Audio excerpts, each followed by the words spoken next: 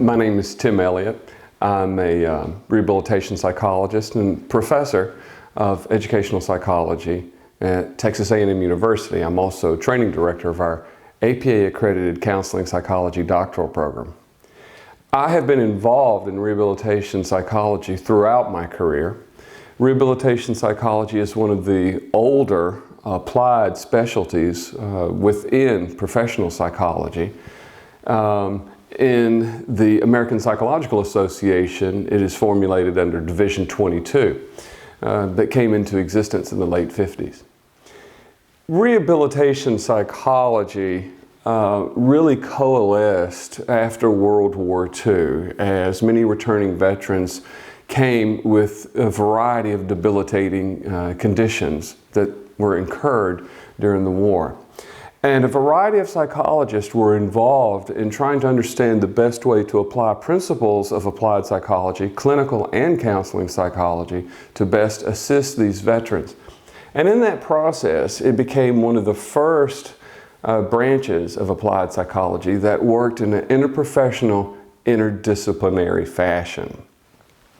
What I mean by that is that you had counseling and clinical psychologists who knew the basics of what we consider traditional clinical psychology, but were learning to apply those principles and activities in an interdisciplinary setting, working with nurses and working with physicians, among others. And to a great extent, that illustrates the spirit and the basics, if you will, of rehabilitation psychology to this day. Rehabilitation psychologists are active in interdisciplinary settings and perform three broad functions that I think fairly well illustrate what constitutes rehabilitation psychology. Assessment. Like other clinical and counseling psychologists, rehabilitation psychologists are very involved in assessment. And over the years, we've certainly seen more involvement with neuropsychology. In fact, over half of the members of Division 22, Division of Rehabilitation Psychology, are also members of the Division of Neuropsychology. But assessment involves not just the traditional assessment of pathology, if you will, but more of an emphasis on assessment of unique strengths, abilities, assets, as well as those issues that may appear as deficits, but could also be addressed in interventions that could overcome or facilitate well-being, maximize use, or understand ways to improve the person-environment interaction. In fact, that person-environment interaction is a hallmark of rehabilitation psychology, and it underscores the foundation of the field in social psychological principles, particularly those espoused by Kurt Levine. So assessment has a unique focus on function and ways to assist the individual in maximizing their quality of life. Interventions are also interesting because, unlike traditional psychologists, rehabilitation psychologists will often work hand in glove with other professions to study, develop, and evaluate the effectiveness of unique interventions that are tailored to the individual, but that may also be grounded in psychological theories, but also now, as we see in studies, say for example, in neuroplasticity and constraint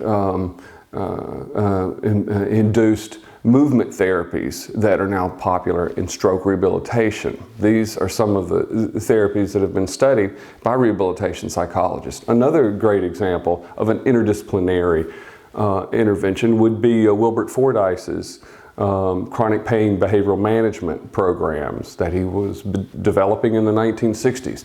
And Dr. Fordyce was a member of the Division of Rehabilitation Psychology. Years before, we then learned and saw the emergence of fields like health psychology and behavioral medicine.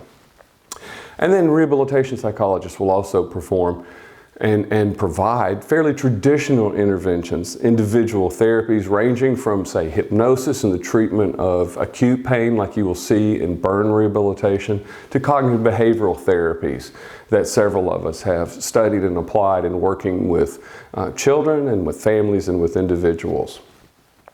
And I think a third area that is a part of the foundation of rehabilitation psychology, but now we're seeing more recognition and expression of such, is the involvement of rehabilitation psychologists in policy development, in public health, in health service policy, as we recognize the needs of individuals outside of the hospital and clinical environment and in the home and in our communities. So there are a variety of ways that we can use our skills both in assessment and instrument building, as well as recommending and helping to provide and again evaluate home-based services and home-based programs to again maximize the quality of life and ultimate well-being and maximal involvement of individuals with debilitating conditions throughout our communities.